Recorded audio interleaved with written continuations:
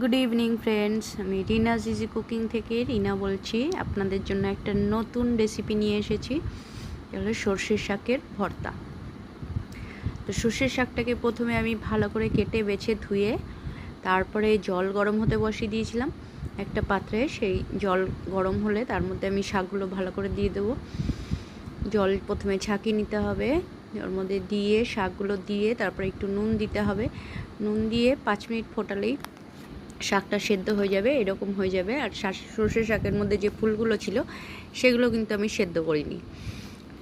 তারপরে আমি কড়াইতে পেঁয়াজ আর রসুন একটু শুকনো কড়াইতে টেলে নিয়েছি 1 চিমটে হলুদ দিয়ে।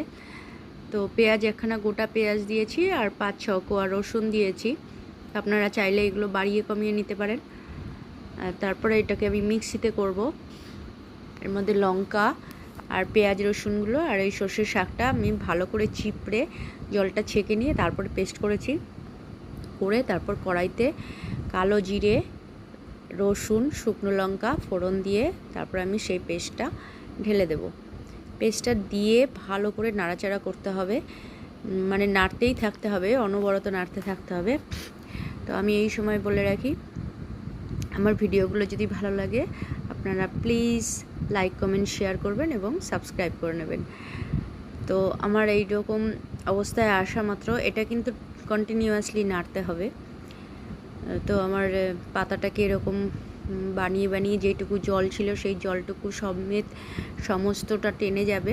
তারপর প্রায় শেষের দিকে এটা হয়ে এসেছে, এমন সময় 1 চামচ সর্ষের তেল দিয়ে দেবো। আপনারা চাইলে এই সময় একটু বিট নুন বা আরও গোলমরিচ দিয়ে দিতে পারেন। আমি গোলমরিচ দিয়েছিলাম, দিয়ে আমি এরকম একটা বিষয় এসে দাঁড়িয়েছে। কত সুন্দর হয়েছে। ভিডিওটা ভালো লাগলে অবশ্যই সাবস্ক্রাইব করে দেবেন। ধন্যবাদ।